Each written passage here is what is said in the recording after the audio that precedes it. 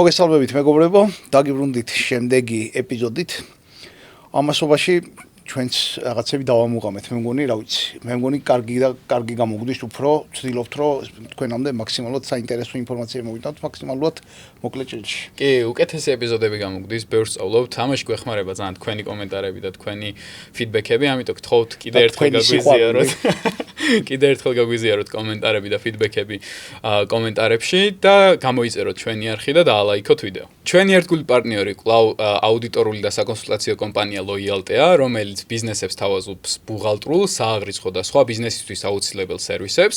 ეს კომპანია გასულია უზბეკეთისა და გაერთიანებულ არაბთა საემიროების ბაზარზე და ერთ-ერთი საერთაშორისო ბრენდია, რომელიც საქართველოსდან ოპერირებს უცხოეთში. დიდი მადლობა მათ კვლავ მხარდაჭერისთვის. შენ მოკლედ დღეს ვფიქრობ, რომ უნდა ვილაპარაკოთ Ryanair-ზე. კი, ძალიან საინტერესოა, თან ყველას გვიმოგზაურია უცხოეთში, მაგრამ Ryanair-ის გამოცდილება ბევრს არ აქვს, მაგრამ ძალიან მნიშვნელოვანი ცვლილებები შემოიტანა ავიაციის სექტორში და მე მგონი საინტერესო კომპანია იქნება. საქართველოში აპირებდა მე მგონი შემოსვლას, მე მგონი არ შემოსულა, ხო? არა, ხო, არ შემოვიდა, იმიტომ რომ მე ვიზე არმა დაასწრო, მე Anadolu Jet-მა დაასწრო, დაახლოებით ერთ იგივე სეგმენტში ვინც არიან და დიდად აღარც საინტერესებდა ეს Ryanair-ს. კარგი, მოდი სანამ Ryanair-ზე გადავალთ თვითონ, მანამდე მოვყვეთ ორი სიტყვით, როგორ დაიწყო ეს ავიაცია.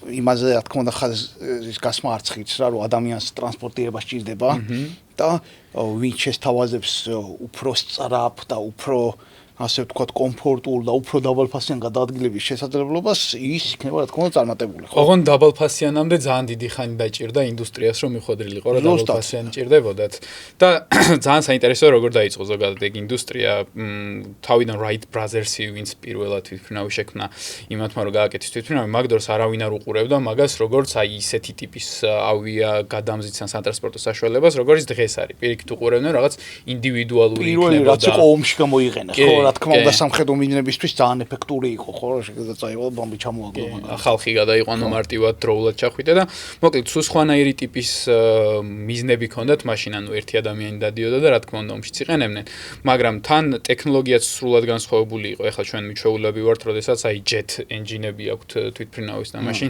ეს jet engine-ები არ მუშაობდა სხვანაირი ტიპის ძრავები რომელთაც თავისი ლიმიტაციები ჰქონდათ მაგრამ მას მერე რაც ომი მორჩა ომის პერიოდს რო გადავახტეთ მას მერე რაც ომი მორჩა მიხვდნენ რომ თვითმფრინავები ძალიან კარგი საშუალებები იყოს სწრაფად ერთი ადგილიდან მეორეში ჩასასვლელად თან აქ უნდა გავითვალისწინოთ ისიც რომ მაშინ სხვა ტიპის ტრანსპორტი ესე განვითარებული არ იყო პირიქით გზები არ ვარგოდა მანქანები ხშირად ფუჭდებოდა და ეს ისეთი ადამიანებისთვისაც ვისაც ეჩქარებოდა ჩასვლა ან რაღაც მნიშვნელოვანი გადაწყვეტილებები უნდა მიიღოთ პრობლემური იყო ამიტომ ყველაზე კარგი ვისთვისაც იყო ავიაცია რა თქმა უნდა სამხედრო გამოყენების შემდეგ და დიდი ტვირთების ტრანსპორტირების შემდეგ ეს იყო ადამიანები ვისაც ბიზნეს შეხვედრებზე ეჩქარებოდათ ან პოლიტიკოსებს ან სოციალურ ფიგურებს რომელთაც დროულად ჭირდებოდათ ერთი ადგილიდან მეორეში ჩასვლა თან ფული ჰქონდათ მაგათ ხო თან ეხა რა მოხდა რა რომ სახელმწიფოებმა ჩამოაყალიბეს თავიანთი ასე ვთქვათ ავიახაზები რაღაც ნაციონალური ასე ვთქვათ რა თქმა უნდა ეხლა ყველა ნებისმიერ ინდუსტრია თავიდან რო იწყება თავიდან არაოპტიმალურად მუშაობს ხო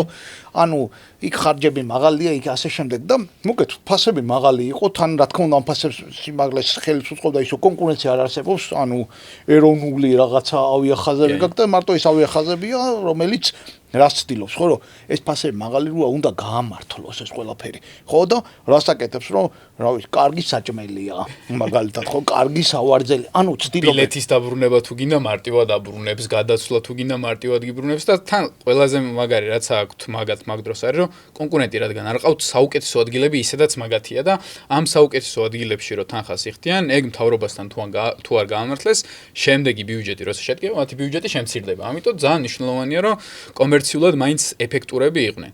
თან აქ ერთი საკითხია სანამ მთავრობის ნაწილს მოვშორდებით არის რომ ეხლა თვითმფრინავის უყურებთ როგორც ჩვეულებრივი ტრანსპორტირების საშუალება ჩვენც რაღაც ავტობუსი მანქანა თვითმფრინავი ესე ვთქვით მაგრამ იმ პერიოდში რო შევხედოთ თვითმფრინავი იყო მაშინდელი რაკეტები აი დღეს როგორც უყურებთ რაკეტებს და მაშინ სახელმწიფოს არ უნდოდა რომ ეს ტექნოლოგია რომელიც ბჭყალებში ასეთი საშიშია და advanced ტექნოლოგიაა ფართოდ გავრცელებულიყო ხალხში ამიტომ მაქსიმალურად ცდილობდნენ რომ დაერეგულირებინათ ენახათ როგორ მუშაობდა და ესეც იყო ერთ-ერთი მიზეზი რის გამოც სახელმწიფოებმა არ გაუშვეს ბაზარზე თვითმფრინავების ბიზნესი ხო მოკლედ რა ხდება რა რომ რა თქმა უნდა ეს ვითარდება ნელა ანუ ძალიან ბევრი ხალხი ვერ დაფრინავს, იმიტომ ვერ დაფრინავს, რომ ძვირია, ხო? მაგრამ მე მივედით იმ დონემდე, ასე ვთქვათ რა, რომ უკვე სახელმწიფოებმა თქვეს, რომ მოდი დერეგულაცია გავაკეთოთ, მოდი კონკურენცია გავაჩინოთ. რატომ? იმიტომ რომ შეხედეს რომ უკვე იმ ლიმიტზე ვართ მისულები, რომ ანუ მაგაზე იქით ვეღარ წავა რა, ეს ხო, ანუ ყველა ინდუსტრია ერთნაირად ვითარდება, ხო? პროდუქტი რო ახალია თავიდან ოპტიმიზირებული არ არის, ხარჯები მაღალია, ფასები მაღალია, მე რა ხდება დრო რო გადის ხარჯები კლებულობს და ფასებიც ნელა მოყვება და კონკურენცია ამ პროცესს აჩქარებს, რა თქმა უნდა, ხო? მაგრამ ნუ აქ თან გასთვალისწინებელი ის იყო, რომ მანძილიც ნელ-ნელა იზრდებოდა. აქამდე თუ შედარებით მცირე მანძილზე შეეძლო თვითმფრინავების ფრენა, უკვე როდესაც jet engine-ის გამოიგონეს, უკვე თავისუფლად იყო შესაძლებელი, რომ ატლანტიკის ოკეანეს გადაუფრინო მარტივად და პირობითად ნიუ-იორკიდან ლონდონში ჩაფრინდე. თან აქ ყურადღება უნდა მივაქციოთ, რომ ეს ყველაფერი მაინც დასავლური ცივილიზაციიდან წამოვიდა, ანუ ამერიკაში, ევროპაში იყო უფრო მეტად პოპულარული და პირველი გარღვევა ბრჭყალებში ეს იყო, როდესაც ნიუ-იორკიდან ლონდონამდე თვითმფრინავი ჩაფრინდა და მაშინ მივხვდნენ, რომ თვითმფრინავს რეალურად მარტო ეს რაღაც high class-ი არ უნდა ყოფილიყო რეალურად თვითმფრინავი და მოგზაურობა და ამიტომ ნელ-ნელა ცადეს, რომ ყველასთვის გაეხადათ ხელმისაწვდომი, მაგრამ მაინც ვერ გახადეს ხელმისაწვდომი, იმიტომ რომ ხალხში კულტურულად მაინც იყო ჩარჩენილი, რომ თვითმფრინავი იყო ჩვეულებრივ როგორც დღეს სპექტაკლზე დავდივართ ყველანი უფრო მეტად ჩაცმულებიან ოპერაში, თვითმფრინავიც მაშინ ეგრე იყო, რომ აი სპეციალურად უნდა გამოპრანჭულიყავი, იქ უნდა ჩამჯდარიყავი, იქ რაღაცა სტატუსის სიმბოლოც იყო და მოკლედ სრულიად განსხვავებული ინდუსტრია იყო, ვიდრე დღეს არის, მაგრამ აი წეღან რასაც ყვებოდი, რომ კონკურენცია როდესაც შემოდის, მე უკვე შენ გინდა, რომ კია, რომ შენთან გამოწკეპილმა ხალხმა, მაგრამ რაც უფრო მეტ ადამიანზე ადიხარ, მით უკეთესია შენთვის. და გამოწკეპვა კლებულობს შესაბამისად და ამიტომ მას შემდეგ რაც დერეგულაცია დაიწყო ნელ-ნელა და ახალ-ახალი ავიახაზები შემოვიდნენ ბაზარზე, მით უფრო მეტად დაიკლო ამ ფასებმა, იმიტომ რომ თუ გინდა რომ კონკურენცია გაუწიო ვიღაცას, ფასები უნდა დააგდო აუცილებლად. ხო და ეხლა ნახე აქ მთავარი რა არის. ამერიკაში როდესაც დაიწყო ეს დერეგულაცია, ძალიან ბევრი ავიახაზი შევიდა ამ ბაზარზე, მაგრამ ამ ავიახაზებს პრობლემები ექნებათ. რატო ექნებათ პრობლემები? იმიტომ რომ ფრენა ისეთი რაღაცა, რომ ანუ რა უნდა შესთავაზო ადამიანს, რომ აი ლოიალური კლიენტი და ჩვენ რაღაც განსაკუთრებულს ვთავაზობთ და დართულია რა ფრენაში ასეთი განსაკუთრებული შესთავაზო, ხო, ანუ ტიპი ძირითადად თან ახლა რას ვამბობთ, ფასები მაღალი იყო და ქვევით მოდის, ადამიანი ზუსტად იმას ეძებს რა, რომ დაბალი ფასი სად შეიძლება იპოვოს და ამიტომ ეს ავიახაზები იძულებულები არიან რა, რომ ფასები დააკლონ და რო აკლებენ, მოგებაც აღარ რჩებათ. ხო? და ამიტომ მე Southwest Airlines ასეთი კომპანია, ხო, მაგათ მოუვიდათ იდეა, რომ ეს პრინციპები რაც არის გადმოყოლილი, ასე ვთქვათ, წინა თაობის, ასე ვთქვათ, ავიახაზებიდან, ეს პრინციპები უნდა შეცვალონ, მარტო მაშინ შეეძლებათ ფასები დააკლონ და ტიპებმა რა გააკეთეს, იცი? აი, მიდგომები შეცვალეს, ხო, მიდგომები რა იყო, რომ ვთქვათ, თქვენ ასეთი რაღაც, რომ მოდი საკვები ამოვიღოთ, ხო? და ვითომ ხო პატარა თემა ძალიან დიდი თემაა, წარმოიდგინე ამ ხელა საოპერაციო თემას იხსნის საერთოდ, ხო? მოსაკვები მე რა თქვენს, რომ მოდი სტიუარდესებიც შევამციროთ, ხო? მე რა თქვენს, რომ მოდი თვითმფრინავები ვიყიდოთ ყველა ერთნაირები, რომ მაგათი რემონტი გაგვიმარტივდება ძალიან. ხო? მე რა თქვენს, ანუ ბევრი რაღაცა პირობითად. მან აი ბიზნესურადაც რო შევხედოთ ავიახაზების ბიზნესში ორი მთავარი რაღაცა არის. ერთი რომ რაც შეიძლება მეტი ფული დაწერო ერთი ფრენით და მეორე არის რომ ხარჯები შეიმცირო. ნუ ფულს როგორ შეულობს ეს ავიახაზები გასაგებია რომ ძირითადად ბილეთების ყიდვით შეულობს, მაგრამ ხარჯების სტრუქტურას რო შევხედოთ უზარმაზარი ჩაშლა აქვს რეალურად ავიახაზების ხარჯების სტრუქტურას. ერთი რასაც წეღან ყვებოდი რომ მეინტენენსი და კაპექსის ხარჯი რაც აქვს ამ თვითმფრინავებზე, მეორე რაც არის ეს უკვე აეროპორტების ხარჯები არის, იმიტომ რომ ყველა აეროპორტი არის ისეთ ადგილას, სადაც აი ქალაქში არის განვითარების ცენტრი, შესაბამისად იმ აეროპორტს ზვირიანი უძრავი ქონება აქვს, რომელსაც ზვირად აქირავებს კონკრეტულ ავიახაზზე.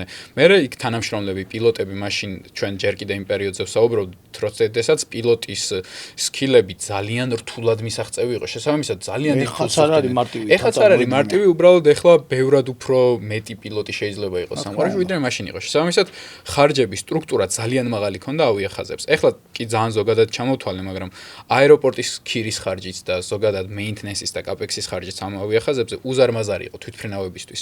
და შესაბამისად უკვე ბიზნესები ცდილობენ რაღაცა ისეთი გადაწყვეტილებები მოიფიქრონ, რითიც ამ ხარჯებს ნელ-ნელა დაბლა დაწევენ და რა თქმა უნდა შემოსავალსაც გაზრდიან და შემოსავლის გაზრდისთვის ყველაზე მეტად რაც მოიფიქრეს, რაც მაღალ ადამიანებს განსაკუთრებით აწუხებთ, ეს არის რომ სკამებს შორის დაშორება შეამცირეს. ბევრი ხალხი რო ჩატიონ რა რეალურად, ხო, რომ ეს ხარჯები გადაანაწილო ბევრ ადამიანზე, რა თქმა უნდა. ხო, ეხლა ნახე, მოკეთ ეს საუსვესტმა ესო შეამცირა, ეს ხარჯები ძალიან წარმატებული გახდა, იმიტომ რომ ფასები დაწია, მკვეთრად დაწია, ორჯერ თუ სამჯერ დაბალი ფასი ქონდა, ვიდრე ალტერნატივებს, რა თქმა უნდა, ეხლა კი, ჩვენ ყველას მოგწონს რომ ვჭამთ, ფენავში ყველას მოგწონს რომ კომფორტულად ვართ და ფეხები სადღაც გვიწყვია. გასაგებია, მაგრამ თუ უცებ ორჯერ და სამჯერ ნაკლებ ფასს შემოგთავაზებენ, ისე ძალიან აღარ მოგწონს, ხო? აი ეგ არის.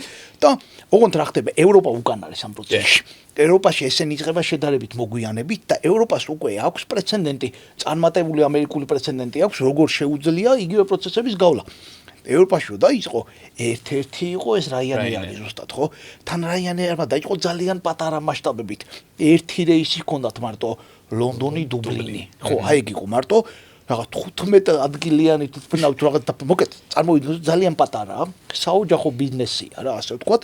და ეგენ დაფრინავენ და ამ პატარა მასშტაბებიდან გამომდინარე შეუძლიათ რომ კარგად მიაქციონ ყურადღება ხარჯების ასე ვთქვათ ყურადღება მიაქციონ კარგად მომსახურებაც მაღალი ხარისხის ჰქონდეთ.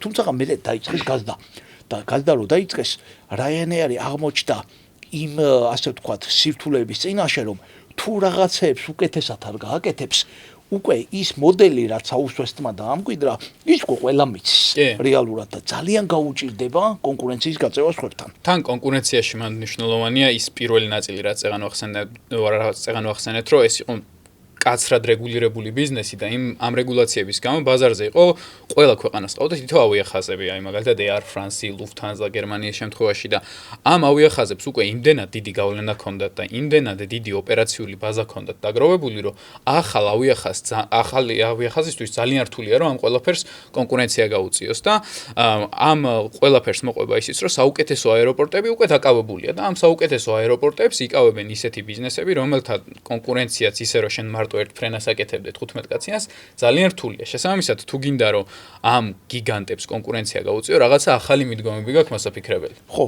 და ეხლა მოკლედ ეს რას აკეთებს? ესენი იღებენ საუსვესტის მოდელს და ეს მოდელი გადაყავთ რაღაცა ექსტრემში, ასე ვთქვათ რა, კიდევ უფრო მეტად ცდილობენ ხარჯების დაზოგვას. ეხლა ნახე რეები გააკეთეს რა. პირველი გააკეთეს ის რომ თვითმფრინავში ცდილობდნენ რომ მაქსიმალურად კიდევ უფრო მეტი ადგილი ჩაეტიათ. ხო? ეს მეტი ადგილი როგორ ჩაეტიათ, ამისთვის მთელი სერიოზული ისინი გააკეთეს, რომ მაგალითად სკამი არის უკან არ იწევა. ხო, ანუ აი ხო ისეთი არაფერი, მაგრამ უკან რო არ იწევა, ეგ რას ნიშნავს რა, რომ შეგიძლია უფრო ახლო მიწიოს სკამები. იმის არ შეგეშინდება, რომ ის წინა რო გადაიწევა, უკან ფეხს მოამტროს, მაგრამ ხო ხვდები, აი ეგ ისედაც ვერ მოამტროს. ისედაც დამტროული აქვს ფეხები იმას. ხო, ეხა უყურე, ეგ ერთი, მეორე რა ხდება მაგ დროს რა, რომ ეს სკამები ხომ იცი, მე სადამდე მივიდნენ, იცი რომ სკამებს ამზადებინებდნენ უფრო თხელი მასალისგან, რომ ანუ თვითონ სკამმაც ნაკლები ადგილი დაიკავოს. მე რა გააკეთეს? აი წინა იმაზე როა ხოლმე სკამის საზურგეზე ასე ვთქვათ, ჯიბე. ხო, რაღაცები ჟურნალი დევს ხოლმე და რაღაცა და ეგ ჯიბე მოაწერეს რა. ანუ ეხა კითხვას დავსვათ რომ მაგ ჯიბეს რას ერჩოდნენ, მაგრამ ნახე რას ერჩოდნენ, ძირითადად ეგ ჯიბე არის რომ ხალხი რაღაცებს ტენის. ხო, რაღაცას შეჭამ მაგალითად და ხო, რაღაც შესაფუთქაღალ ჩატენდა. ნაგვის ბუდეა რა და მაგის დალაგებას დრო უნდა და ამიტომ უცებ დალაგების ხარჯების შეამცირეს, იმიტომ ჯიბე ამოიღეს. მერე იქამდე მივიდნენ ეგ სხვათა შორის ახლა არ გავრცელებულა, მაგრამ სადამდე მივიდნენ იცი რომ ილუმინატოს ფანჯარას რო ის აქვს. ჩამოსაწევი, რავი, დარაბა თუ რაც ქვია რა, ხო, ეგენიც კი მოაგის მოძრაობას ცდილობდნენ, რომ მოდიო, ეგეც ხარჯები დავზოგოთ, რომ ის ჩამოწევა აწევაში ადრე თუგან გაწყდება რა. და თან მან საინტერესო რაც იყო, რომ ხარჯების მოდელზე უნდა ვილაპარაკოთ, ისე რომ თვითმფრინავი როდესაც დაფრინავს, თვითმფრინავი რაც უფრო მჩატეა, მით უფრო ნაკლებ საწოვს გიწოვს. შესაბამისად, რაც უფრო მეტ ნაწილს მოაკლებ, რაც უფრო მეტი ადგილი იქნება დარჩენილი მგზავრებისთვის, მით უფრო მეტი ხარჯი ფულის გადამხდელი მგზავრი ყავს შენ თვითმფრინავს, მაგრამ თუ შენ პირობითად მძიმე მეტალის სკამი გაქვს, რომელიც მაგდენ ფულს აღარ გიხდის, შესაბამისად უფრო მეტი ხარჯი გაქვს, როცა თვითფრინავს აფრენ. ხო, მე ტუალეტები დააპატარავეს, მაგის ხარჯზე სკამი დამატეს. არ ვიცი, მაგ ტუალეტს დაუპატარავეს ისედაც გვერდულად შევდივარ ხოლმე. ჩვენ შეიძლება უკვე ისეთი ტუალეტები გვაქვს, რაინერმა რაც დანერგა. არ ვიცი, ხო, მანდ დიდი ტუალეტი არასდროს არ მინახავს რა მანდ. ხო და ბოლოს, ანუ მოკლედ, სადამდე მივიდნენ რა, რომ ეს ყველაფერი რას ემსახურება, ეს ყველაფერი ემსახურება იმას, რომ თვითფრინავი რომ დაჯდება რაც შეიძლება მალევე უნდა აფრინდეს. ხო? და ეხლა რომ დაჯდება და აფრინდეს, მაგაში ხელს უშლის, რა უშლის, ხო? ერთი არის ეს maintenance. ხო, რომ იქ უნდა დაალაგო, ეხლა რაღაც ჭუჭხში და რაღაცა შახანგზავს ვერ ჩასვა, ხო?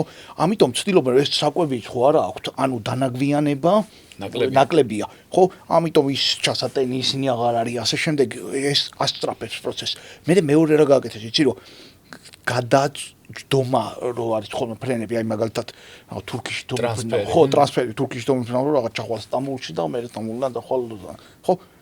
არა, პირდაპირ ფრენებზე დადიოდნენ და პირდაპირ ფრენა რას რო გავს, იცი რომ აღარ გჭირდება ეს ხალხი ისქნა, ამ ხალხის ბარგი გადაიტანო მაგალითად ჩატვირთო იქ, ეს ხალხი ერთი ადგილიდან ერთი მიიყვანო იქიდან მე ზღან გადაიყვანო, ანუ მოკლედ ასტრაფეთ პროცესებს ძალიან რა და საბოლოო ჯამში მივიდნენ იქამდე რომ სადაც 25 წუთი ჰქონდათ ეს ასე ვთქვათ თვითფრინავის დაჯდომიდან ახალ თვითფრინავის იგივე თვითფრინავის აფრენამდე დრო და დღეღამეში 2 რეისით მეც სასწრებდნენ ვიდრე კონკურენტები და ეს 2 რეისი ფულია რეალურად რა და თან მით უმეტეს მთელი პოდკასტი ამაზე ველაპარაკობთ რომ ხარჯებს მაქსიმალურად ზოგავდნენ მაგრამ ფასებზე არ გვილაპარაკია ამ დროს ანუ კი რა თქმა უნდა შედარებით უფრო იაფიღირდა მაგრამ იმდენად იაფიც არ ღირდა ანუ შედარებით უფრო მეტ მარჟას წერდა ვიდრე სხვა კონკურენტები და შესაბამისად ამ უფრო მეტ მარჟიან ფრენას ორჯერმეჯერ ახორციელებდა დღეში რაც ძალიან დიდი კონკურენტული უპირატესობა იყო ვიდრე მის კონკურენტებს ჰქონდათ თან აქ ყურადღება უნდა მივაქციოთ იმასაც რომ ის აეროპორტები სადაც ესენი დაფრინავდნენ არ იყო ძვირიანი აეროპორტები. აი, წეღარასაც გავუსვით ხაზი, რომ მათ მაქსიმალურად ცადეს, რომ ყველა ხარჯი შეემცირებინათ. და ის პრობლემა, რომ პირობითად ადამიანი მოდი უფრო კომფორტულად ჩავაფრინოთ და საფრანგეთში შარლ-დე-გოლის აეროპორტში ქალაქთან ახლოს დავსვათ, რაინერისთვის ეს არ იყო რეალურად პრიორიტეტი. ხო და ეგ ერთ-ერთი მნიშვნელოვანია, რატო რომ აეროპორტის ხარჯები არის ერთ-ერთი მაღალი ხარჯი, რასაც ხო ავიახაზები იხდიან. და ამათ რა გააკეთეს, რომ აეროპორტები გაიტანეს შორს. ეხლა ჩვენთან როგორც არის რა, რომ ქუთაისიდან რომ დავფრინავთ, დარწმუნებული ვარ, ყველას მაგრად ეზარება, მით უმეტეს თუ მოდიხარ აქეთ მხარეს, ხო, რომ ჩამოხვალ და მე რამდენიმე საათი კიდე ქუთაისიდან აქეთ რომ უნდა იარო, სასიამოვნო ძალიან არავისთვის. ხო, მაგრამ აქ რა ხდება, რომ სამაგიეროდ იმდენად იაფია, ზუსტად რომ უმრავლესობა ადამიანი მზად არის რა, ზუსტად მაქსი იაფის გამო ის აიტანოს ის რამდენიმე საათიანი ის. კი, თან მიუხედავად იმისა, რომ ეს მაღალი ტექნოლოგია და მიუხედავად იმისა, რომ რაღაც მაგარი, cool რაღაცა არის ეს თვითფრინავები, მაინც რეალურად არის ტრანსპორტი. და რეალურად როგორც პირობითად ავტობუსები არის, დღეს რეალურად რაინერმა დაინახა, რომ ავტობუსები იყო საჭირო თვითფრინავში. აქამდე არსებობდა მხოლოდ ლაქშერი მანქანები, რომელიც ლაქშერი მანქანები დადიოდა ხალხი აღკეთიქით და ეხლა რაინერის აზრით საჭირო იყო შედარებით იაფიანი ავტობუსი, რომ რაც შეიძლება მეტი ადამიანი დაინტერესებულიყო ამით. ხო, ავტობუსი რა, ანუ გადატანილი ხდება, ხო, ანუ რეალურად იგივე დონის, ასე ვთქვათ, ისე მოკლედ, ეხლა რაზე მინდა რომ ხაზი გაუსვა რა, რომ ესენი მაგაზე რომ მივიდნენ, საშუალო ფასი დაახლოებით იყო მაგათი ბილეთების 44 ევრო. ანუ ძალიან დაბალია და 44 ევროზე უკვე როგორ არის რომ ხალხი აქამდე 44 ევროთ რაღაც მატარებლის ბილეთი შეიძლება მეტი დაგიჟდეს, ხო? და თვითფრინავს გთავაზობენ და უკვე ხალხი მასიურად იწყებს ამათი მომსახურების გამოყენებას და მასიურად იწყებს ამათი მომსახურების გამოყენებას. ესენი რაზე არიან ორიენტირებულები, რომ ეს ფასები მუდმივად კიდე უფრო და უფრო შეამცირონ. და ეხლა უკვე როგორ ამცირებენ და ასეთი მიდგომა ჩამოაყალიბეს, რომ ბილეთიდან მოგება აქვთ მინიმალური ფასებს იმდენად აკლებენ ბილეთიდან, მაგრამ სამაგიეროდ მოგება აქვთ საიდან, იცი რომ მაგალითად ბარგი შეტანა არ შეგიძლია, ბარგი გაქრა სად, იცი მარტო რუგზაკი შეგიძლია, მარტო შეიტანო და თან უნდა დადო ფეხებ ქვეშ, აი წინას კამის ქვეშ.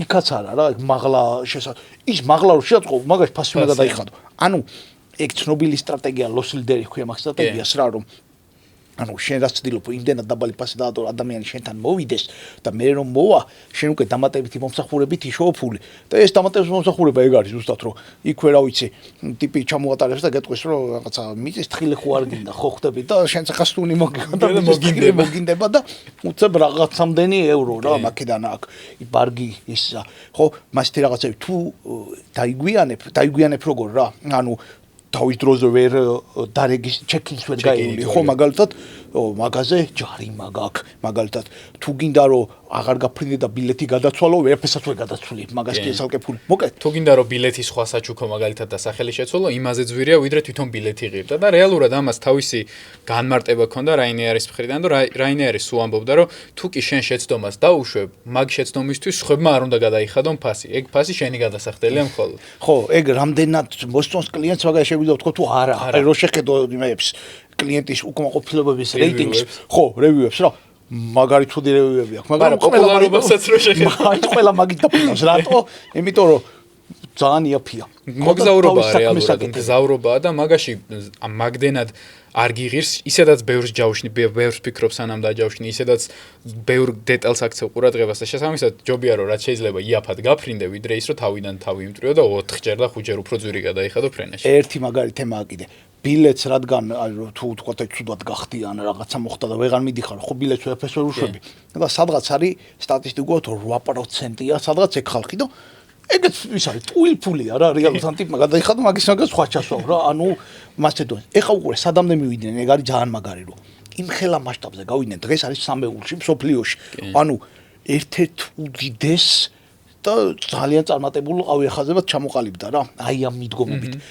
იმ ხელა მასშტაბზე არის ანუ უკვე გასულები რომ აეროპორტებს ხო აქამდე როგორ იყო რომ გასულები იყვნენ რაღაც ქალაქგარეთ შორ აეროპორტებში და იმ აეროპორტების მომსახურები სარგებლობდნენ რომ დაბალი ფასი გადაეხადათ ეხლა ის აეროპორტები აქეთ უხდიან ფულს ანუ ეგ გაგიძებია ძალიან დიდი ამბავია ძალიან დიდი თემა და რატო უხდიან ახლა კითხვა გაგვიჩნდება იმიტომ რომ იმ აეროპორტისთვის არის ძალიან სერიოზული მარტო აეროპორტისთვის და დასახლებისთვის არის ეკონომიკური ბენეფიტებია აი ახლა ჩვენ მაგალითად ქუთაისში შევხედოთ ხო ანუ მანდეს აეროპორტმა მთელი ის გააჩინა გარშემო ინფრასტრუქტურა ხო და ანუ ძალიან დიდი ის არის ეკონომიკას ამუშავებს რეალურად ობიექტი და იქ ზუსტად იგივე თემაა და თან ეხა წარმოვიდგინოთ ჩვენ პატარა ქვეყანა ვართ და მაგდენი ფრენა მაინც არ გვაქვს და ეს ბევრად დიდ მასშტაბზე გადის ძალიან ბევრი ფრენა აქვს და შესაბამისად ეკონომიკას ამუშავებს. თან ცდილობს რომ სუსავს ეკონდეს ეს თვითფრინავები და თან თვითფრინავს რატო აქვს პლუსი რომ როდესაც ის ადამიანი ჩადის აეროპორტში ის დაღლილია რაღაც ჩაის დალევა უნდა ყავის დალევა უნდა ჭამა უნდა და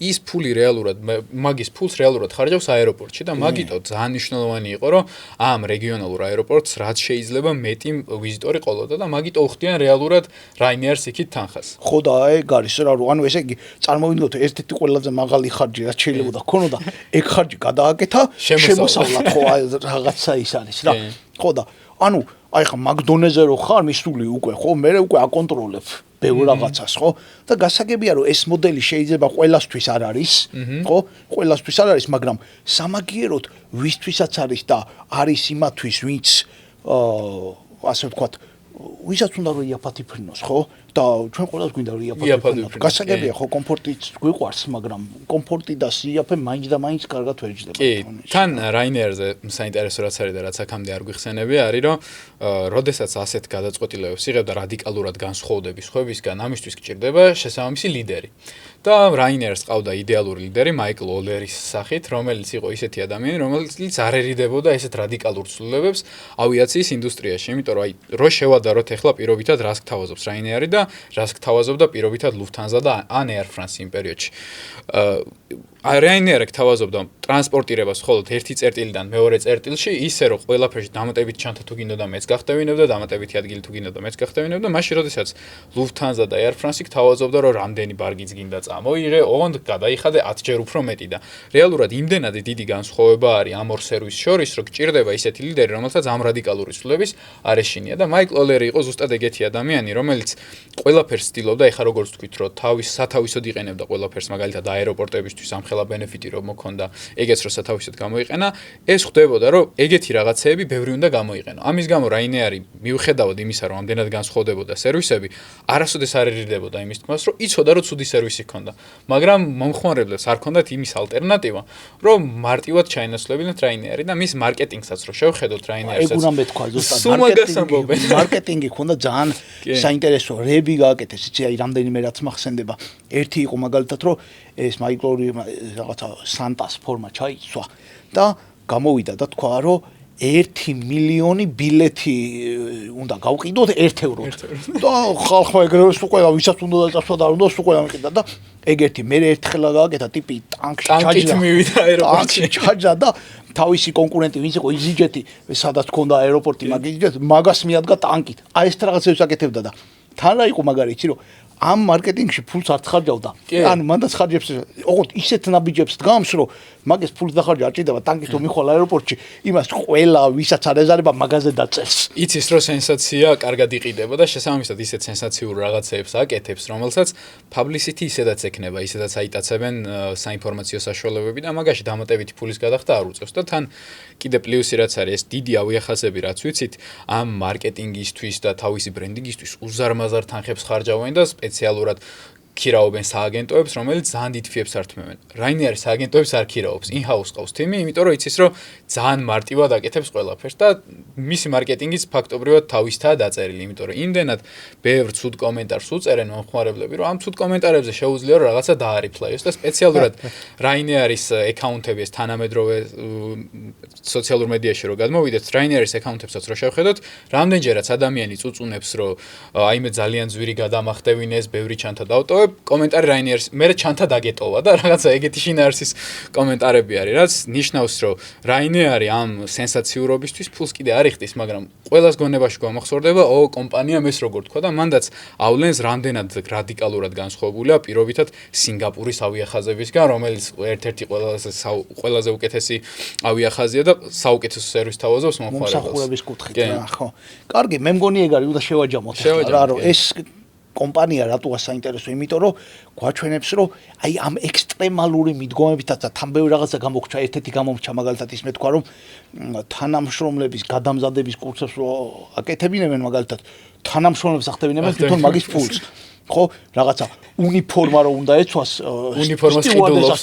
სტიუარდესას აყიდინებენ თვითონ, ანუ ხო ხდები რა დონეზეა და თანამშრომლები დატვირთ თუ აქ ძალიან მაღალი რაღაცა აი მაქსიმუმი რეგულაცია რაც არის რომ ამდენი საათ შეუძლია იმუშაოს მაგდენ საათს ამუშავებენ აი ესე დონეზეა ხო ანუ მაქსიმალურად ცდილობს მე ერთი ადამიანი რამდენს ემსახურება ეგ სტატისტიკა მაქვს ნახი და სიტყვაზე კონკურენტის არის რაღაც ერთი კაცი ემსახურება 700 კლიენტს და რაღაცა ამის არის 1000 რაღაცა ანუ აი მოგეთ ხო ხდები თანამშრომლები მაინც ბედნიერები ვერ იქნებიან მაგ შემთხვევაში ხო ანუ ზუსტად ეს კომპანია მაგას აჩვენებს რომ შეიძლება კომპანიამ ააწყოს თავისი ძალიან წარმატებული ბიზნესი რითი რომ რასაც აკეთებს იმას აკეთებს ძალიან მაგრამ ეს რასაც აკეთებს შეიძლება თანამშრომლისთვისაც არ იყოს მაინც და მაინც სასიამოვნო კლიენტისთვისაც არ იყოს მაინც და მაინც სასიამოვნო მაგრამ ამ ყველაფერს წონის დაბალი ფასი რომლის გადახდაც გვინდა ყველას მაგრამ ძალიან სიამოვნებს ეს ყველაფერი ბალანსშიც და რეალურად Ryanair-ი არის ძალიან კარგი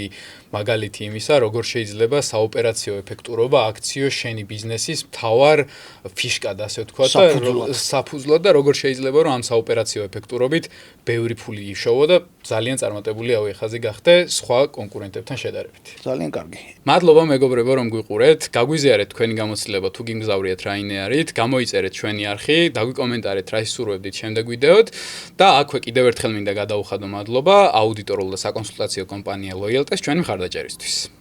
მადლობა.